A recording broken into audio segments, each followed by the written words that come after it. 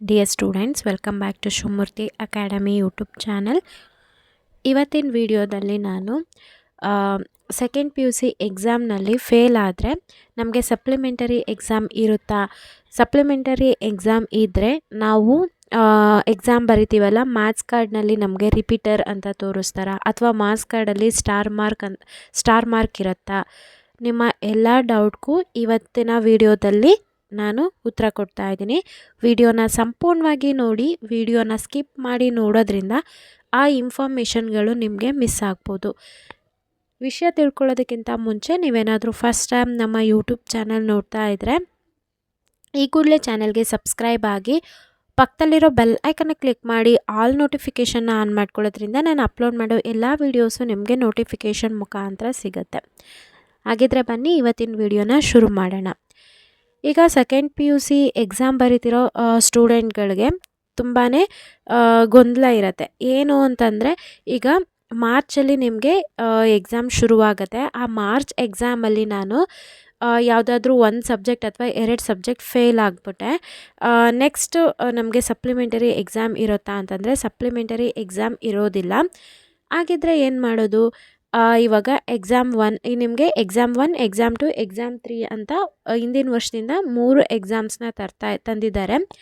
ನೀವೇನಾದರೂ ಈಗ ಮಾರ್ಚಲ್ಲಿ ನಡೆಯೋವಂಥ ಎಕ್ಸಾಮಲ್ಲಿ ನೀವು ಫೇಲ್ ಆಯಿತು ಅಂತಂದರೆ ಆ ಒಂದು ಸಬ್ಜೆಕ್ಟ್ನ ನೀವು ಎಕ್ಸಾಮ್ 2ನಲ್ಲಿ ಬರೆದು ಕ್ಲಿಯರ್ ಮಾಡ್ಕೋಬೋದು. ಎಕ್ಸಾಮ್ 2ನಲ್ಲಿ ಆಗಿಲ್ಲ ಅಂತಂದರೆ ಎಕ್ಸಾಮ್ 3ನಲ್ಲಿ ನೀವು ಆ ಸಬ್ಜೆಕ್ಟ್ನ ಬರೆದು ಒಟ್ಟು ಎಕ್ಸಾಮ್ 3 ಮುಗಿಯೋ ಅಷ್ಟರಲ್ಲಿ ನಿಮ್ಮ ಒಂದು ಸಬ್ಜೆಕ್ಟ್ನ ನೀವು ಕ್ಲಿಯರ್ ಮಾಡ್ಕೋಬೇಕಾಗತ್ತೆ.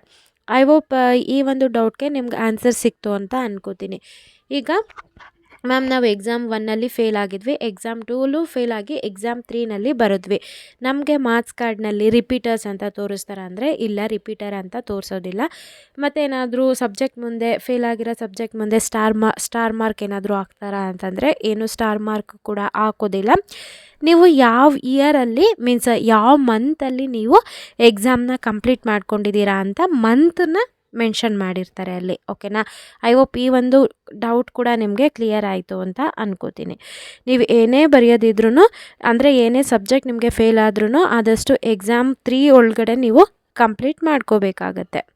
ಸೊ ಇದೇ ರೀತಿಯಾಗಿ ನಾನು ಎಕ್ಸಾಮ್ ಪ್ರಿಪ್ರೇಷನ್ ಯಾವ ರೀತಿಯಾಗಿರಬೇಕು ಮತ್ತು ಬ್ಲೂ ಪ್ರಿಂಟ್ನ ಅನಾಲಿಸಿಸ್ ಮಾಡಿ ಕೇವಲ 4 ಚಾಪ್ಟರ್ಸ್ನ ಓದಿ ಯಾವ ರೀತಿಯಾಗಿ ಔಟ್ ಆಫ್ ಔಟ್ ಸ್ಕೋರ್ ಮಾಡೋ ಪ್ರತಿಯೊಂದು ವೀಡಿಯೋಸ್ನ ನಾನು ಅಪ್ಲೋಡ್ ಮಾಡಿದ್ದೀನಿ. ಆ ಎಲ್ಲ ವೀಡಿಯೋಸು ಈ ವಿಡಿಯೋ ಕೆಳಗೆ ಅಂದರೆ ಡಿಸ್ಕ್ರಿಪ್ಷನಲ್ಲಿ ಕೊಟ್ಟಿರ್ತೀನಿ, ಒಮ್ಮೆ ಚೆಕ್ ಮಾಡಿ. ಆ ಎಲ್ಲ ವೀಡಿಯೋಸು ನಿಮ್ಮ ಫೈನಲ್ ಎಕ್ಸಾಮ್ಗೆ ತುಂಬಾ ಮುಖ್ಯವಾಗಿರುತ್ತೆ. ನೀವಿನ್ನೂ ಚಾನಲ್ಗೆ ಸಬ್ಸ್ಕ್ರೈಬ್ ಆಗದಲ್ಲೇ ವಿಡಿಯೋ ನೋಡ್ತಾ ಇದ್ದರೆ ಈ ಕೂಡಲೇ ಸಬ್ಸ್ಕ್ರೈಬ್ ಆಗಿ ನೋಟಿಫಿಕೇಷನ್ ಆನ್ ಮಾಡ್ಕೊಳ್ಳೋದ್ರಿಂದ ನಾನು ಅಪ್ಲೋಡ್ ಮಾಡೋ ಎಲ್ಲ ವೀಡಿಯೋಸು ನಿಮಗೆ ನೋಟಿಫಿಕೇಷನ್ ಮುಖಾಂತರ ಸಿಗುತ್ತೆ. ಆ ಎಲ್ಲ ವೀಡಿಯೋಸು ನಿಮ್ಮ ಎಕ್ಸಾಮ್ಗೆ ತುಂಬಾ ಮುಖ್ಯವಾಗಿರುತ್ತೆ. ಹಾಗೆ ನೀವು ನಮ್ಮನ್ನು ಇನ್ಸ್ಟಾಗ್ರಾಮ್, ಟೆಲಿಗ್ರಾಮ್ ಹಾಗೆ ವಾಟ್ಸಪ್ಪಲ್ಲಿ ಕೂಡ ಫಾಲೋ ಮಾಡ್ಬೋದು. ಆ ಚಾನಲ್ಗಳ ಲಿಂಕು ಡಿಸ್ಕ್ರಿಪ್ಷನಲ್ಲಿರುತ್ತೆ, ಚೆಕ್ ಮಾಡಿ. ಟೆಲಿಗ್ರಾಮಲ್ಲಿ ನಾನು ಏನಾದರೂ ನೋಟ್ಸ್ ಇತ್ತು ಅಂದರೆ ಕ್ವಶನ್ ಪೇಪರ್ಸ್ ಇತ್ತು ಅಂತಂದರೆ ಡೈರೆಕ್ಟ್ ನಾನು ಟೆಲಿಗ್ರಾಮ್ನಲ್ಲಿ ಅಪ್ಡೇಟ್ ಮಾಡ್ತಾ ಇರ್ತೀನಿ. ಹಾಗಾಗಿ ಟೆಲಿಗ್ರಾಮ್ಗೂ ಕೂಡ ಜಾಯ್ನ್ ಆಗೋದ್ರಿಂದ ತುಂಬಾ ಬೆನಿಫಿಟ್ ಇರುತ್ತೆ. ಈ ವಿಡಿಯೋನ ಆದಷ್ಟು ನಿಮ್ಮ ಫ್ರೆಂಡ್ ಸರ್ಕಲ್ನಲ್ಲಿ ಶೇರ್ ಮಾಡಿ.